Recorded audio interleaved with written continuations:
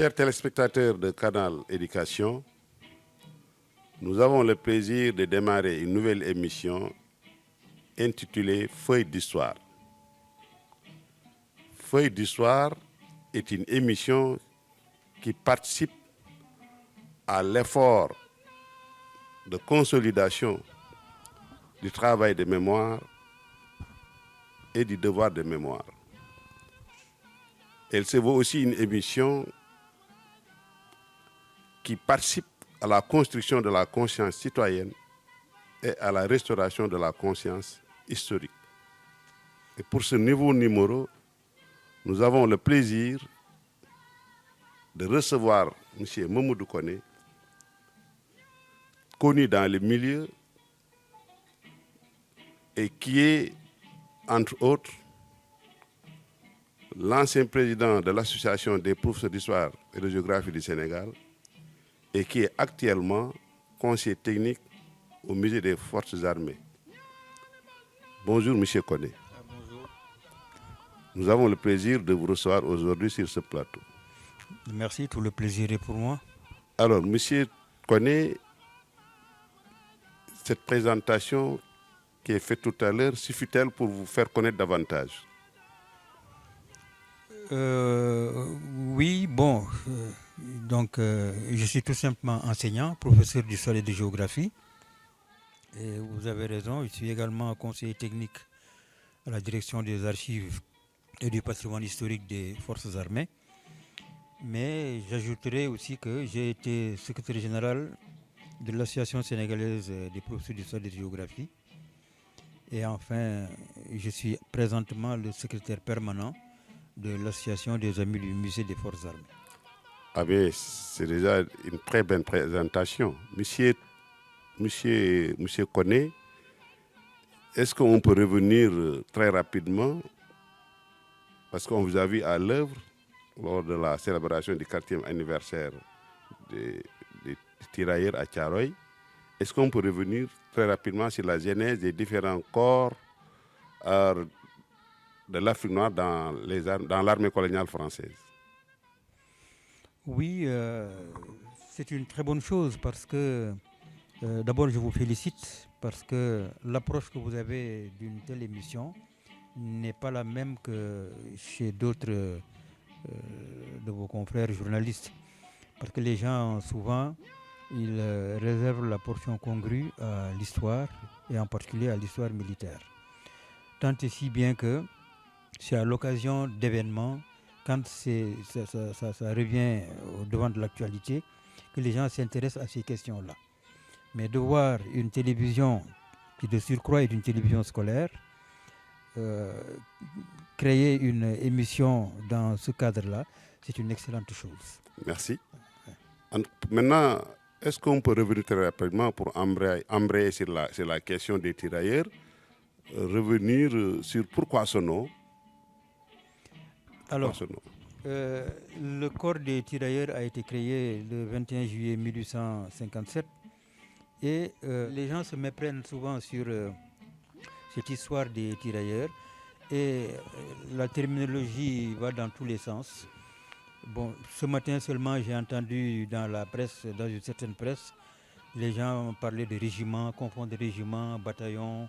Bon, et il faut dire que le mot tirailleur est un mot très galvaudé, mais quand le corps a été créé en 1857, Faidherbe a tout simplement pensé utiliser cette terminologie de tirailleur parce que c'était une tradition en Europe pour les grandes armées que d'avoir un corps de tirailleurs.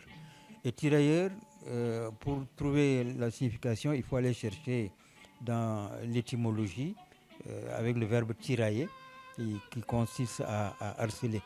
Et dans une armée, il y a toujours une troupe qui se trouve à l'avant-garde et qui harcèle l'ennemi pour connaître sa puissance de feu, pour connaître sa force et pouvoir savoir quelle réaction apporter à cela. Alors, donc, dans le langage moderne, aujourd'hui, on parlerait de soldats voltigeurs. Donc, ce sont des soldats d'élite, contrairement à ce que l'on croit. Alors, quand le corps a été créé donc, en au Sénégal. Donc Faidherbe a pensé leur donner ce nom de tirailleurs. Alors, et malheureusement, dans l'entendement populaire, on en a donné une autre signification, mais ça ne relève pas de l'histoire. Alors, donc, le corps a été créé en 1857 parce qu'à l'époque, n'oublions pas que nous venons de sortir de la période de l'esclavage qui a été aboli officiellement dans les colonies françaises à partir de 1848. Mais il y a un trafic qui continuait de façon clandestine. Or, ce qui avait amené les Européens à flirter avec les côtes africaines à l'époque, déjà au XVe, XVIe siècle, c'était qu'il fallait trouver un moyen de contourner l'Afrique pour continuer à commercer avec l'Asie, avec les territoires se trouvant dans l'océan Indien en particulier. Or, il y avait à cette époque l'Empire ottoman qui s'était développé et qui configurait un bouchon entre l'Europe et l'Asie. Donc, empêchant le commerce fructueux, multiséculaire qu'il y avait entre ces deux continents, notamment la route de la soie, tout le trafic qu'il y avait entre l'Europe et l'Asie. Alors, la présence de l'Empire ottoman bloquait donc ce commerce et il fallait contourner l'Afrique pour pouvoir trouver une solution à cela. Et c'est ainsi, comme vous le savez, les Portugais ont choisi de contourner l'Afrique, mais les Espagnols ont choisi d'aller droit vers le couchant en disant que la terre étant ronde, ils finiront par venir en Asie en passant de l'autre côté. La suite, vous connaissez, c'est l'arrivée en Amérique et tout ce qui s'en est suivi et la traite des esclaves. Très bien, monsieur Koné, pour ce rappel historique, mais spécifiquement, donc les tirailleurs sénégalais, d'abord, quel était leur effectif? Ensuite, pourquoi le mot tirailleur sénégalais? Alors, j'y arrive. Donc, je disais que après les Européens arrivés en Amérique, bon, il y a eu le commerce triangulaire et ceux qui passaient par les côtes africaines avaient installé des comptoirs, d'abord des escales portuaires, puis des comptoirs. Et ces comptoirs, donc, il y avait un commerce qui se faisait, notamment le commerce de la traite des esclaves. Parce qu'à l'époque, les Européens avaient besoin d'exploiter les terres de l'Amérique et les esclaves avaient un rôle à y jouer. Mais quand la révolution industrielle a eu lieu en Europe, désormais l'Europe regarde l'Afrique avec d'autres yeux. L'Europe n'avait plus besoin de prendre des esclaves, mais avait besoin des matières premières et avait besoin des populations comme marché de consommation. C'est en ce moment que Français et Anglais se sont organisés donc, pour interdire la traite. Alors, ils ont interdit la traite, mais la traite clandestine a continué. Et pour mettre fin à cette traite clandestine, parce que chaque fois qu'on rachetait des esclaves, on les libérait, ils retombaient entre les mains de négriers scrupuleux. Voilà la raison qui a fait que Faidherbe a pensé que d'une pierre, il pouvait faire deux coups. En effet, organiser les esclaves affranchis en les enrôlant, en leur donnant une arme qui était gage de sécurité, en leur donnant un salaire qui était gage de dignité et une belle tenue. Et qui plus est, ces tirailleurs-là allaient servir comme bras armés de l'impérialisme français. Là où les Français mouraient en général à cause du climat, des maladies tropicales, ils ont pensé qu'en enrôlant des autochtones, ils pourraient faire face à ces difficultés. Et voilà qui explique donc le recrutement massif de ces tirailleurs. Et au départ, il faut signaler également qu'il n'y avait que des esclaves affranchis. Mais quand les populations qui étaient souvent victimes des intempéries, de la sécheresse, des guerres saintes, des querelles intestines, de sorte que les paysans n'étaient pas assurés d'avoir une récolte à la fin de la saison, ou peut-être que les sauteriaux vont venir tout manger. Alors, les jeunes, de plus en plus désœuvrés, pensaient à aller à Saint-Louis pour se faire recruter et donc avoir un salaire plutôt que de se fier à une terre devenue de plus en plus ingrate. Voilà qui explique donc que Même les fils de l'aristocratie, qui avaient quelques scrupules à se faire enrôler, ont finalement rejoint les rangs. Et on en a fait des sous-officiers pour leur permettre d'avoir un certain rang, quoi. Ok. Donc, ce fut donc véritablement le contexte historique d'alors qui explique, n'est-ce pas, en réalité, la création de ce corps. Tout à fait. Est-ce que très rapidement on peut revenir sur l'effectif pendant tout le temps qu'a duré, n'est-ce pas Alors, ça, j'ai pas les effectifs en tête. Bon, parce que c'est avec la Première et la Seconde Guerre mondiale qu'on a commencé à réellement travailler sur les effectifs. Mais durant cette période-là de la conquête coloniale, bon, disons que il y avait certes des tirailleurs, mais il y avait aussi des spahis et il y avait même des laptous. Hein. Et quand il y avait une bataille, une guerre, alors il y a certains roitelets africains qui collaboraient avec les Français, qui venaient participer avec des supplétifs. Donc il y avait beaucoup de monde, quoi.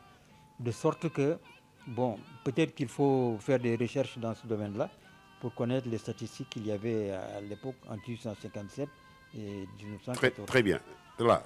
Donc, je crois que vous aviez tout à l'heure parlé des différents corps qui existaient. Vous avez différencié les tirailleurs des spahis et des laptaux. Donc, historiquement, l'arrivée des tirailleurs a mis fin donc, à la mission des spahis ou pas, ou des laptaux. Est-ce qu'on peut très rapidement alors faire un petit éclairage à ce niveau? Les spahis ont-ils continué en tant que corps à exister avec la création, n'est-ce pas, des tirailleurs, ou bien finalement tout était maintenant mis dans une même moule? Absolument, parce que les laptaux existaient déjà bien avant. Dès que les Français, les Européens ont commencé à côtoyer l'Afrique, donc dans les navires, ils avaient besoin souvent de matelots, ils avaient besoin d'interprètes, ils avaient besoin de dockers. Et les premiers rôles donc, du laptôt, en fait, c'était cela. Et avant l'arrivée de ces bateaux, enfin, c'est avec l'arrivée de ces bateaux que les laptots ont existé. Et les laptots, selon le professeur Mansour Aou, ils étaient d'abord des rabatteurs durant la période de l'esclavage. C'est eux qui allaient chercher les esclaves à l'intérieur pour les amener sur la côte. Alors quand maintenant les comptoirs ont été stabilisés, donc les navires sont là parfois de façon permanente ou semi-permanente, alors il fallait une sécurité et il fallait donc, comme j'ai dit, des dockers, des interprètes, des soldats marins. Alors c'est ainsi que le corps a été organisé à partir d'octobre 1765. Officiellement, le corps de laptaux a été créé pour être militarisé. Et l'un des laptaux les plus célèbres d'ailleurs que l'on connaît, c'est le sergent Malamine Camara, célèbre compagnon de Savorgnan de Brazza. Okay. Ensuite, maintenant, les spahis sont arrivés. Je disais tout à l'heure qu'avec Buet-Viomez, nouveau gouverneur, avant même de prendre fonction dans la concession du Sénégal, il passe par Alger pour recruter des spahis. Alors, c'était des Français et des Algériens. Les premiers spahis qui sont arrivés au Sénégal, au nombre de 25, donc c'était des Algériens et des Français, sous la conduite du sous-lieutenant Petit. Alors, c'était en 1843. Et le corps sera définitivement installé en 1847. Et à l'époque, on ne recrutait pas de Sénégalais parmi les spahis, parce qu'on disait que si les Sénégalais étaient de bons soldats à pied, ils ne l'étaient pas à cheval, ce qui n'était pas vrai. Mais quand ils ont eu des problèmes avec la remonte, c'est-à-dire il fallait chercher des chevaux depuis l'Algérie, des spahis depuis l'Algérie, à un moment donné, c'était très coûteux. Ils ont fini par remplacer les effectifs défaillants par des autochtones. Et c'est en ce moment-là qu'ils vont découvrir que les Sénégalais étaient de bons soldats à cheval. Très bien. Maintenant, pour en revenir aux tirailleurs, vous avez tout à l'heure évoqué en fait comment ils se faisaient recruter. À un moment donné même, des éléments issus de la noblesse étaient appelés à aller à Saint-Louis pour se faire recruter. Parce que tout simplement, il y a les aléas liés, n'est-ce pas, les aléas climatiques qui faisaient que souvent les attentes n'étaient pas aussi cela. Je veux dire, les récoltes faisaient défaut. Donc, on comprend tout de suite qu'il y a une sorte de hiérarchie donc, dans ce corps. Est-ce qu'il y avait véritablement une hiérarchie dans ce corps? Est-ce qu'il avait-il le même traitement salarial et la même prise en charge sociale et sanitaire? Bon, alors, les tirailleurs avaient tous le même statut du point de vue de l'ordinaire, c'est-à-dire de l'alimentation. Au traitement salarial, peut-être qu'il y avait une différence. Ça, vraiment, je n'ai pas fait de recherche dans ce sens-là. Mais forcément, un sous-officier devrait être mieux payé qu'un soldat. Alors, mais j'ai dit que quand les éléments de l'aristocratie ont été recrutés, on les a bombardés sous-officiers pour faire un peu de différence avec, comment dirais-je, les soldats qui n'étaient pas d'origine aristocratique. Alors, ensuite, les soldats, c'était en général des esclaves affranchis. Alors, donc, voilà. Mais quand donc les spahis, je n'ai pas expliqué pourquoi les spahis. Parce qu'à l'époque, il y avait les Mourtrarza ou Brakna qui faisaient des incursions donc, dans le nord du Sénégal et créaient des problèmes au commerce de la gomme sur le fleuve. Alors, or, ces Maures étaient sur des montures très rapides. C'est difficile de les poursuivre. D'où l'idée de faire venir des spahis, donc, qui sont à cheval, et pour régler cette... pour mener la poursuite. Régler ce problème. Ok, très bien. Maintenant, revenons toujours aux tirailleurs. Alors maintenant, pour les tirailleurs, c'est après, au fur et à mesure que, quand Buenmez est parti, il avait eu l'idée de créer un corps de fantassins, il n'a pas pu l'appliquer, et c'est Fellerbe qui arrive et qui va en être l'auteur. Donc, voilà. Donc, on connaît maintenant l'histoire de la création des tirailleurs, mais où ont-ils combattu? Les tirailleurs ont participé, comme les spahis d'ailleurs, à toutes les batailles menées par l'armée coloniale française ici en Afrique, jusqu'à pratiquement à la Première Guerre mondiale et même au-delà. Alors, donc, il y a eu beaucoup de batailles, la bataille de Louga, la bataille de Ngolngol, la bataille de Loro, la bataille de Kaskas. Bon, Kaskas, il y avait surtout les spahis, la bataille de Samba Sadio, donc en 1875, toutes les autres batailles, hein, jusqu'à la Première Guerre mondiale pratiquement. Et c'est d'ailleurs durant cette phase-là que quelqu'un comme Mangin, Charles Mangin, qui est arrivé sous-lieutenant en Afrique, donc a côtoyé les tirailleurs, donc a découvert leurs vertus, leurs valeurs, et a souhaité que la France les organise en une force appelée la Force Noire pour pallier à un déficit démographique en France à l'époque par rapport à l'Allemagne. Très bien. Maintenant, quel a été véritablement l'apport de ces tirailleurs dans les deux grandes guerres et dans les guerres coloniales que la France menait au-delà de l'Afrique, je veux dire l'Asie? Est-ce qu'on peut avoir une idée de leur participation dans ces deux guerres et surtout de la guerre d'Indochine et autres? Alors, il faut faire la différence entre les guerres de conquête coloniale, donc les campagnes françaises en Afrique où les tirailleurs ont été utilisés comme bras armés de l'impérialisme français. Ensuite, leur participation aux deux grandes guerres. Et enfin, leur participation à la stabilité de l'empire colonial français. Donc, dans l'entre-deux-guerres et après la Seconde Guerre mondiale. Vous parlez des guerres d'Algérie, d'Indochine, etc., qu'on appelle les guerres coloniales. Alors, maintenant, si on revient aux guerres durant l'expansion française, les tirailleurs ont joué un rôle important, puisque les Français avaient fait le choix de limiter le nombre de soldats blancs qui arrivaient en Afrique à cause du climat, à cause des maladies tropicales, Et donc, il fallait économiser des postes budgétaires en recrutant des autochtones. Sur place. Voilà. Donc, et ces tirailleurs-là ont aidé la France à acquérir le deuxième empire colonial au monde après celui des Britanniques. Très bien, mais je reviens à la charge. On sait que l'actualité de ces dernières semaines a été un peu, n'est-ce pas, occupée par la question des tirailleurs. Et aujourd'hui, on voudrait, n'est-ce pas, avoir la trame de l'histoire de ces tirailleurs depuis leur démobilisation, avant même cette démobilisation, leur participation, comme je disais, au niveau du, n'est-ce pas, du champ hexagonal, je veux dire de la France, lors de la Deuxième Guerre mondiale notamment.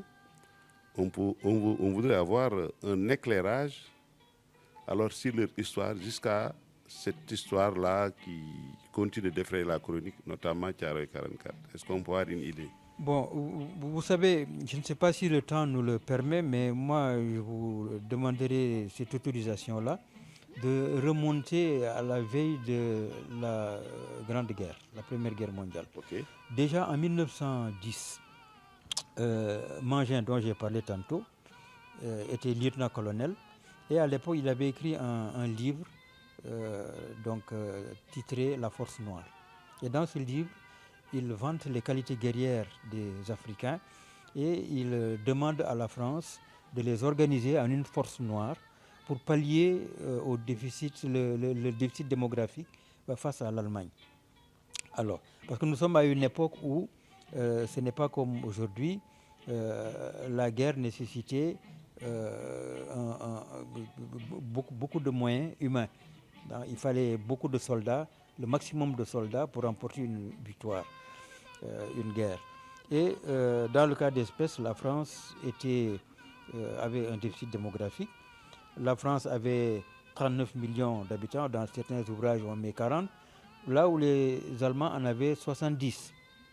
Donc, ce qui veut dire que le nombre de soldats mobilisables était beaucoup plus important en Allemagne qu'en France. Et l'opinion française était inquiète. D'où ce livre de Mangin qui prône donc le recrutement massif de soldats africains qui pourraient pallier ce déficit. Et voilà que quand la Seconde Guerre mondiale éclate, la France n'a pas hésité à passer à l'application. Et donc les soldats ont été recrutés en masse pour aller donc faire la guerre en Europe. Et quand la Seconde Guerre mondiale éclate également, c'est le même scénario qui s'est posé. Donc les soldats sont allés combattre là-bas. Et ce qui s'est passé, tout le monde le sait maintenant, en 1940, c'était la débâcle française où les tirailleurs ont beaucoup souffert.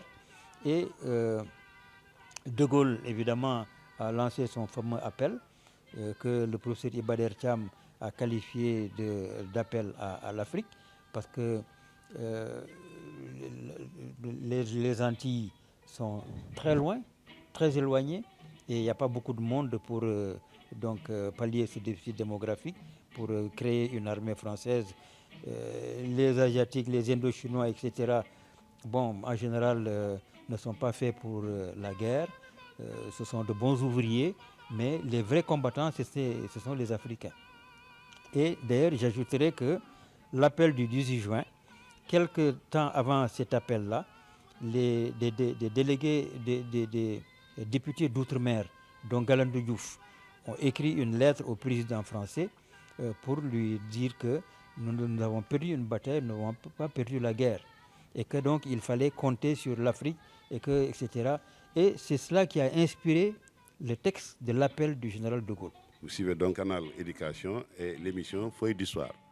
Donc, monsieur Koné, vous avez donc parlé de l'apport décisif de ces tirailleurs, de cette force noire, lors de la Deuxième Guerre mondiale, surtout. Est-ce qu'on peut très rapidement connaître les différents champs d'opération où ils ont opéré? Ils ont intervenu. Oui, alors, vous savez, quand la Seconde Guerre mondiale éclate, la France n'a pas engagé tout de suite ses troupes dans la bataille. Donc, ce qu'on appelle la drôle de guerre. La France, qui avait décidé donc de qui avait dit qu'en cas d'attaque de la Pologne, elle interviendrait. La France n'a pas bougé quand l'Allemagne a attaqué la Pologne. L'Allemagne s'est emparée du Luxembourg, s'est emparée de la Belgique, et la France est restée derrière la ligne Maginot, attendant l'arrivée des troupes allemandes, ce qu'on appelle la drôle de guerre.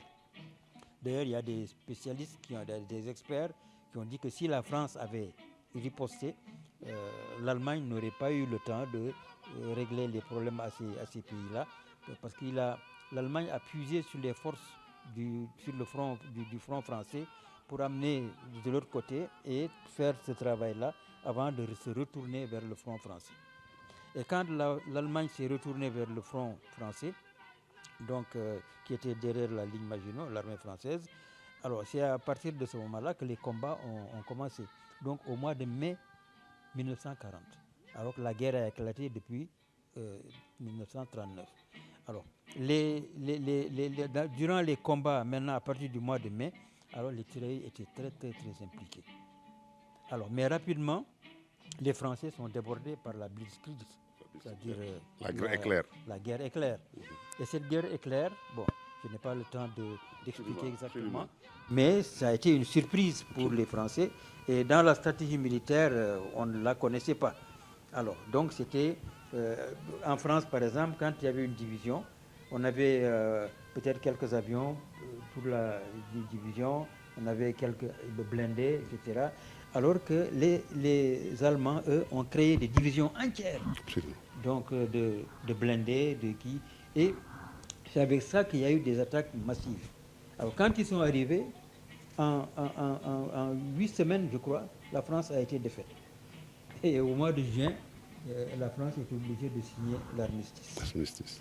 Alors, maintenant, durant cette période-là des combats, alors les Français ont été très rapidement débordés, mais l'armée française s'est quand même battue, notamment à travers les tirailleurs sénégalais, alors qui ont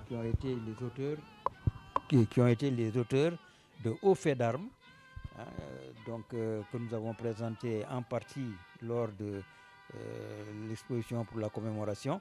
Et le problème qui s'est posé pour les tirailleurs, c'est qu'à un moment donné, il y avait un problème de munitions. Ensuite, il y avait un problème d'armement. Quand là, par exemple, où ils se défendent avec des canons de 25, les Allemands arrivent avec des canons de 75, il n'y a pas photo, comme on dit. Alors, et quand l'armée française a été vaincue, évidemment, les Allemands ont demandé aux Français, qui étaient très nombreux, de déposer les armes, de se mêler à la population et d'aller dans ce qu'on a appelé dans l'histoire l'exode. Alors, les tirailleurs sénégalais, eux, on leur dit, on les met de côté pour en faire des soi-disant prisonniers, mais en réalité, dès qu'on les isole de leur chef blanc, ils étaient exécutés, et de façon très sommaire. Alors, et ces exécutions, c'était des exécutions de masse. Alors, et il a fallu l'intervention du commandement allemand pour que ces massacres-là soient stoppés. Très bien. Donc, le sort qui leur était réservé n'était pas des meilleurs. Par la suite, donc, avec l'avènement de la libération, l'Allemagne qui signe sa capitulation, il y a eu, par la suite, le regroupement de ces tirailleurs. Pourquoi ce regroupement et pourquoi l'idée de les faire revenir en Afrique? Alors, je ne sais pas de quel regroupement vous faites allusion, mais si c'est après la décision du commandement allemand d'arrêter les massacres, les exécutions sommaires, c'est qu'à un moment donné, il fallait en faire des prisonniers. Alors, et ces prisonniers-là, les Allemands ne les voulaient pas sur leur sol. Donc, ils ont dit qu'ils vont les emprisonner en France, sur le territoire français, et là, dans des prisons à ciel ouvert qu'on appelle les Frontstalag. Alors, donc, de 1940 à 1944, ils ont vécu dans ces Frontstalag-là. Et après, maintenant, les débarquements de Normandie et de Provence, donc c'est à cette occasion-là que les prisonniers ont été libérés. Mais libérer les prisonniers, c'est une chose. Leur payer également les arriérés de solde, c'était une autre chose. Alors, or, il y avait des difficultés de trésorerie en France, il n'y avait plus d'argent, et il fallait payer donc 4 années de captivité. Il fallait leur payer beaucoup d'indemnités, notamment indemnités de captivité, de traversée et autres pécules de guerre. Alors, ce qui fait que donc, l'argent n'étant pas disponible, ou en tout cas pas entièrement, donc ces derniers, les tirailleurs, ont commencé à manifester la mauvaise humeur et donc il fallait rapidement les évacuer avant qu'ils ne gangrènent toute la troupe en France. Donc pourquoi le regroupement à Thiaroye? Alors le regroupement à Thiaroye, Thiaroye c'est tout simplement ce qu'on appelait à l'époque un camp de transit. Un camp de transit. C'est-à-dire quand les tirailleurs étaient recrutés donc pour être amenés en Europe, en France, on les amenait d'abord à Thiaroye, donc où ils étaient formés, regroupés, etc. Ensuite, on les amenait prendre le bateau pour aller en Europe. Au retour aussi des campagnes d'Europe, on les regroupait encore à Thiaroye, où ils transitaient avant de retourner définitivement dans leur localité d'origine. D'accord, c'est ça. Donc Thiaroye avait ce camp, avait cette vocation. Thiaroye était un camp extrêmement important, le plus important en Afrique de l'Ouest. Ok, mais comment se passait la vie à Thiaroye une fois leur regroupement? Bon, ont-ils intégré alors la population locale ou y avait-il des restrictions à se mêler d'eux pour Non, la vie dans le camp de Thiaroye, c'est la vie dans tous les casernements. Bon, le rapport avec les populations autochtones, etc. Donc ils étaient là, c'était la vie quotidienne dans le camp. Mais comme c'était des Africains également, bon, ils étaient en contact avec la population locale. Ils allaient faire leur marché, etc. D'autant plus qu'il y avait des Sénégalais parmi ces tirailleurs-là, qui étaient soit de Dakar, soit des régions du Sénégal colonial. Et donc, il y avait ce brassage-là. Et puis, donc, voilà, il y avait toute cette ambiance-là qui entoure les camps militaires en général par rapport aux populations. Mais qu'est-ce qui explique le révolte, pour ne pas dire qu'est-ce qui a permis de alors mettre le faux poudre à Thiaroye?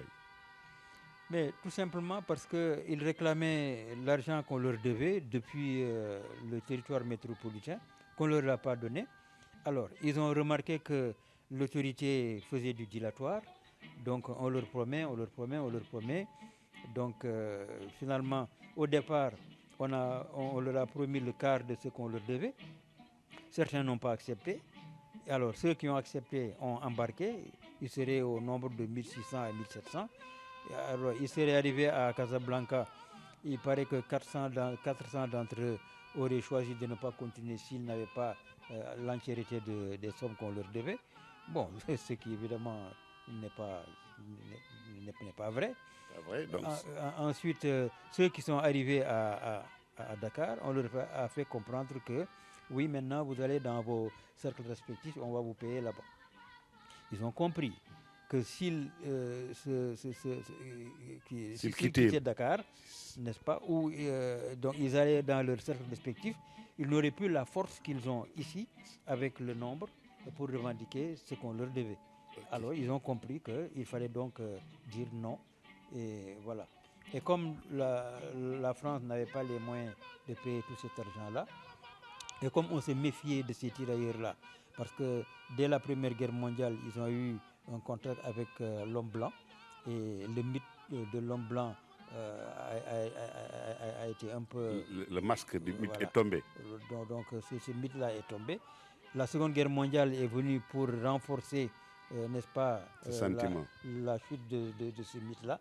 Il fallait se méfier donc de ces soldats-là qui, revenus de guerre, extrêmement riches si on leur donnait l'argent qu'on leur devait, et extrêmement imbus de leur personne, qui ont démythifié le blanc et qui, rentrés dans leurs localités respectives, vont être des courroies de transmission, de revendications, de velléités, même de révolte, etc. Alors il fallait donc parer au plus pressé.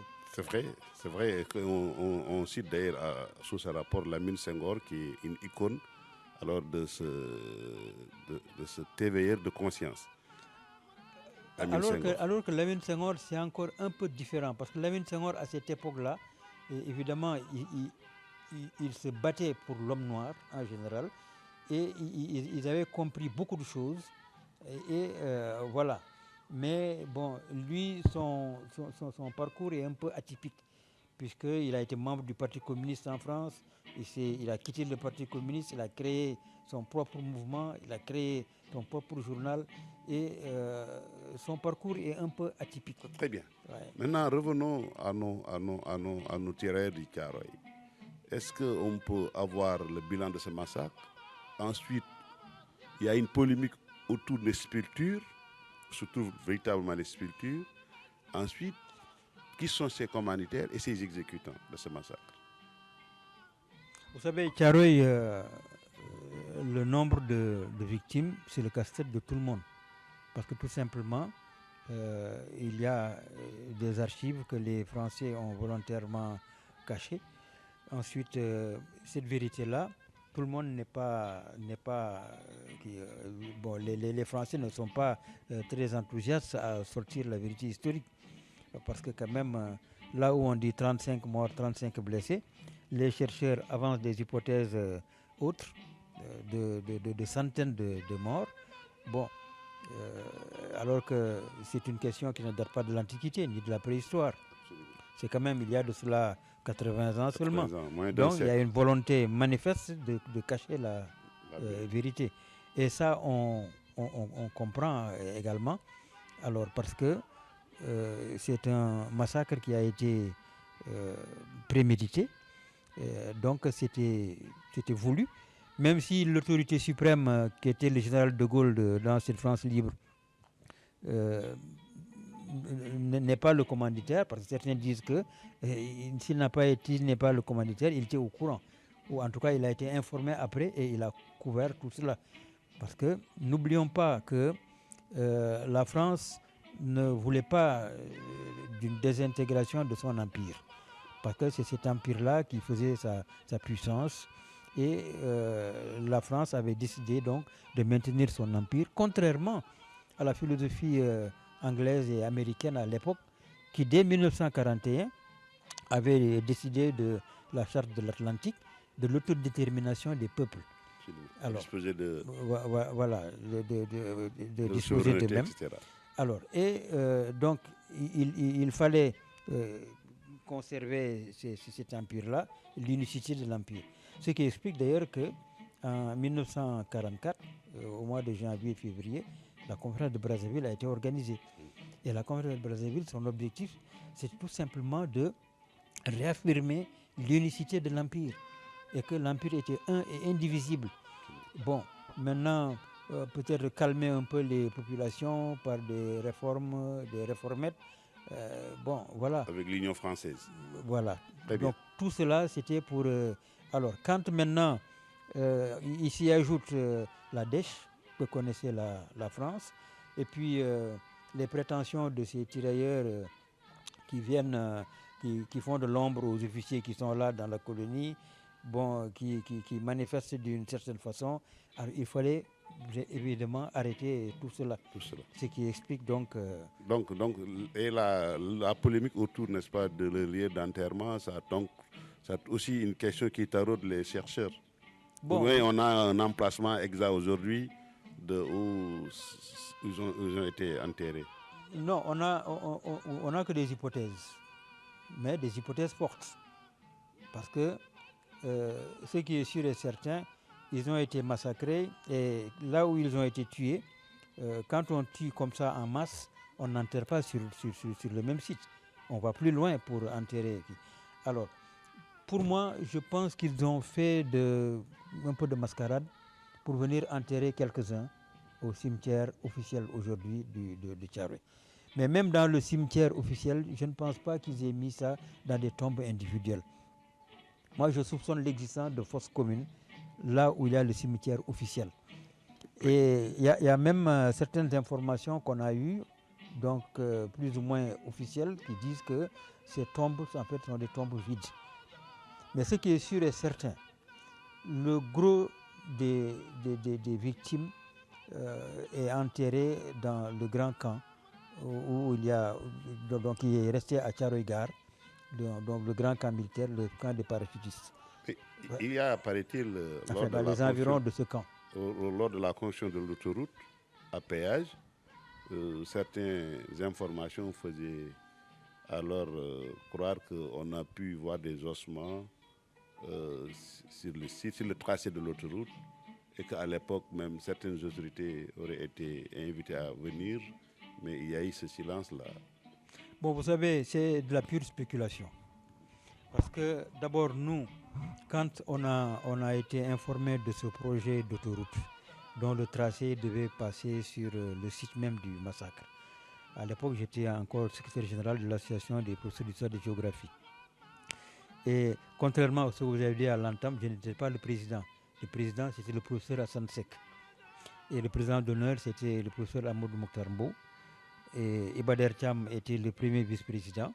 Le deuxième vice-président, c'était le général Idrissa Fall. Et le troisième vice-présidente, c'était la veuve du professeur Charanta Diop, Madame Louis-Marie Diop Maïs. Alors moi, j'étais le secrétaire général. J'ai immédiatement informé le président, le professeur Sansek, en lui disant qu'attention, il y a un projet de construction d'autoroute. Il faut qu'on organise un point de presse à Thiaroye, sur le site même, pour alerter. Alors, on a organisé un point de presse et le lendemain, toute la presse a véhiculé la lettre ouverte que j'avais adressée au président de la République, qui a immédiatement réagi, le président Abdoulaye Wade, en nous mettant en rapport avec son chef d'état-major particulier, qui était à l'époque le général Pierre-Antoine Ndiaye. Donc, qui nous a reçus, qui nous a demandé ce que nous voulions. On lui a dit que, alors, il faut procéder par des fouilles préventives avant de faire passer le tracé de l'autoroute. Alors, il nous a demandé ce dont on avait besoin, le matériel, qu'il était prêt à nous donner une machine, etc. On lui a fait comprendre que les fouilles archéologiques, c'est une activité scientifique. Il faut d'abord procéder par des sondages. Il a dit, dans ce cas, je vous donne un détecteur de mines qu'un de nos officiers a amélioré et qui est très efficace. Il a dit, oui, mais il faut des fonds pour procéder à ces sondages. Alors, voilà, c'est comme très ça bien, que très bien. Effiloché. Je crois que c'est une longue histoire, on aura l'occasion d'y revenir. Inch'Allah. Mais je rappelle que vous suivez toujours le canal Éducation avec l'émission Feuille d'Histoire. Et notre invité, M. Koné. Mais rapidement, parce qu'on dit alors, maintenant, j'ai oublié la deuxième partie de votre question. Vous avez dit que des ossements ont été trouvés, etc. Ça, j'ai dit que ce sont des spéculations. Très bien. Parce qu'en réalité, les excavations qu'on a trouvées, qui semblaient être l'emplacement d'ossements qu'on a emportés, c'était des dalles. Et ces dalles en béton, c'était des réserves d'eau que les Américains avaient installées durant la Seconde Guerre mondiale. Très bien. Et ces mêmes dalles existent au niveau du... Très bien, monsieur Koné. Je crois qu'on aura l'occasion de revenir sur tout ça. Mais on va enchaîner deux questions. Pourquoi d'abord ce long silence pour enfin la commémoration et quel message à l'endroit des autorités et des chercheurs concernant Thiaroye 44? Le long silence de la part des autorités françaises ou des autorités sénégalaises? À la fois et sénégalaises. Alors là, il faut faire la différence parce que le silence des autorités françaises, tout le monde le sait. C'est pour que la vérité n'éclate pas. Alors, maintenant, du côté des autorités sénégalaises, est-ce qu'il y a eu un silence? Ça, je ne suis pas dans le secret des dieux. Mais ce qui est sûr et certain. C'est-à-dire qu'on parle de silence parce que la prégnance avec laquelle ces nouvelles autorités ont pris alors cette question en charge, donc on dit que ça aurait dû être fait depuis très longtemps. J'y arrive. Alors, avec le président Senghor, donc malgré tout ce qu'il a écrit sur Thiaroye, les poèmes, etc., bon, sa colère, bon, après l'indépendance, rien n'a été fait. Alors, donc, quand il est parti, Abdou Diouf est venu. Bon, c'est la même situation, comme si c'est une question qui n'était pas importante, quoi. Il a fallu l'arrivée du président Abdoulaye Wade pour qu'on crée la journée du tirailleur. Et c'est là où il y a eu le déclic. En 2004. Et le président Abdoulaye Wade lui-même s'est déplacé jusqu'à Thiaroye pour faire un dépôt de gerbes de fleurs. Très et bien. Ça, c'était important. Très bien. Ensuite, oui, non, je vais expliquer le silence des autorités. C'est juste pour dire que on est dans la bonne dynamique de l'explication, sauf qu'il ne nous reste pas beaucoup de temps. Je voudrais tout simplement, on aura peut-être l'occasion de relancer cette question. Je dis récemment le message que vous comptez lancer aux nouvelles autorités pour la perpétuation, n'est-ce pas, de cette commémoration, et surtout les chercheurs.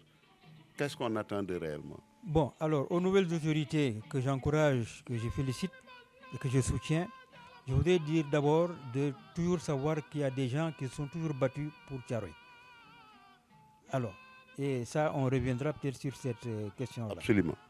Ensuite, de savoir qu'aujourd'hui, cette question du 1er décembre, bon, c'est le président Bassirou Diomaye Faye qui l'a officialisé, mais on sait depuis 2010 qu'on se bat pour que ce soit le 1er décembre. Tantôt on a réussi, tantôt on n'a pas réussi. Bon, voilà, l'histoire jugera. Mais je voudrais également qu'on sache que si on veut accéder à la vérité historique pour ce qui concerne Thiaroye 44, il faudrait d'abord que les historiens acceptent de mutualiser leurs efforts dans la recherche. Très bien. La mutualisation des recherches, n'est-ce pas, des historiens africains et sénégalais, notamment. Monsieur Koné, nous sommes donc au terme de notre émission. On voudrait, avant de se quitter, vous donner la parole pour la rubrique remerciements. Bon, je commencerai d'abord par vous remercier, remercier la structure dans laquelle vous officiez, mais aussi, surtout, de dire que il faut savoir que la guerre divise, mais l'histoire doit procéder au rapprochement des peuples. Et que cette histoire de Thiaroye on ne cherche pas la vérité historique contre qui que ce soit. Ce que nous voulons, c'est la vérité, connaître cette page de notre histoire. Et je pense que les Français devraient être les premiers à nous aider dans cela pour qu'on arrive à exorciser cette question-là. Et que ça n'entame en rien l'amitié qu'il y a entre les peuples dans le monde, y compris les peuples français et les peuples africains. Parce que quoi qu'on dise, les sangs se sont mêlés, comme disaient donc les Saint-Louisiens, quand les Anglais leur ont demandé de se battre contre les Français, et quand les Anglais ont occupé Saint-Louis, ils ont dit que c'est vrai, vous avez gagné, mais ne nous demandez jamais de nous battre contre les Français parce que nos sangs se sont mêlés. Et ça, c'est le professeur Badr Thiam qui l'a... Très bien. Nos sangs se sont mêlés. Le devoir de vérité donc s'impose à nous tous. Absolument. Et je crois que nous y arriverons un jour. Merci, chers téléspectateurs, d'avoir suivi ce premier numéro de Feuilles d'Histoire. Nous avons eu le plaisir d'échanger avec le doyen Koné et qui certainement ne manquera pas de revenir la prochaine fois pour éclairer encore d'autres zones d'ombre. D'ici là, continuez de suivre Canal Éducation. Merci.